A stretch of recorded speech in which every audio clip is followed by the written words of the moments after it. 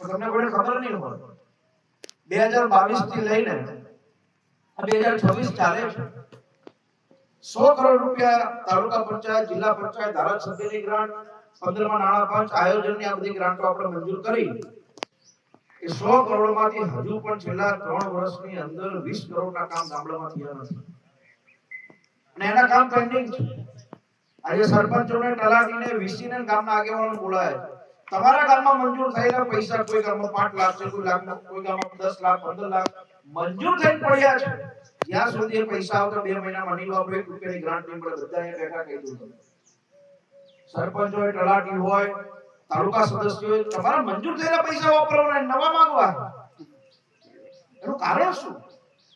મારી બધાને વિનંતી છે કે સરકાર પૈસા આપે મારી ગ્રાન્ટ હું વિનંતી કરું મને મારી ગ્રાન્ટ આપો જલ્દી મારે તરત પતી જાય તમે વાપરતા નહીં। મારી બધાને વિનંતી છે કોઈ જગ્યાએ ગટરનું કામ બાકી છે કોઈ જગ્યાએ આરસીસી નું કામ બાકી છે પ્યોર બ્લોકનું કામ બાકી છે કોઈ જગ્યાએ સંરક્ષણ દિવાલનું કામ બાકી છે તો મારી આપ સૌને વિનંતી છે એમાં ખાસ તાલુકા સદસ્યોને મારી ટીડીઓ બેન તો પહેલા આ બધા કામ પતાવવા માટે ચંદુભાઈ સાહેબ આપને પણ વિનંતી કરું જ્યાં લગી આ કામ ન હોય તમે લિસ્ટ લઈ લેજો ત્યાં સુધી ગમે ગ્રાન્ટ ન આપો કે 15 લાખ રૂપિયા કામ બાકી હોય હજુ કરવાના અને આપણે જો બીજા 15 લાખની ગ્રાન્ટ લઈ જાય એટલે આપણે આ બધું આયોજન સંયુક્ત રીતે કરીએ કે આપણા બધાનો છેલ્લે ઉદ્દેશ શું છે કે સારા કામ ગામની અંદર આપણે કોઈ ગામની અંદર જઈએ તો આપણે કોઈ એવું ન કે ગાંધીભાઈ અમારા ગામમાં કામ નથી થતું તો આપણે જે પૈસા સરકાર આપે છે પૈસાનો યોગ્ય ઉપયોગ થાય એવી મારી આપ સૌ પાસે લાગણી છે। સાથે જ ગ્રંથાલય કમિટીને વિનંતી મારી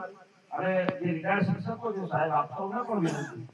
કે આ જગ્યાની જાળવણી તો ગ્રંથાલય સમિતિ કરશે લાઇબ્રેરી રાખશે પણ તમે લોકો પણ આનું યોગ્ય ધ્યાન આપીને મદદરૂપ થાય સચવાય અને જે પણ યુવાન અહીંયા વાંચવા માટે આવે એ પોતાના ઘરની લાઇબ્રેરીમાં વાંચે છે એવો ભાવ રાખે પુસ્તકોની અંદર ખાલી લખવું નહીં પુસ્તકોને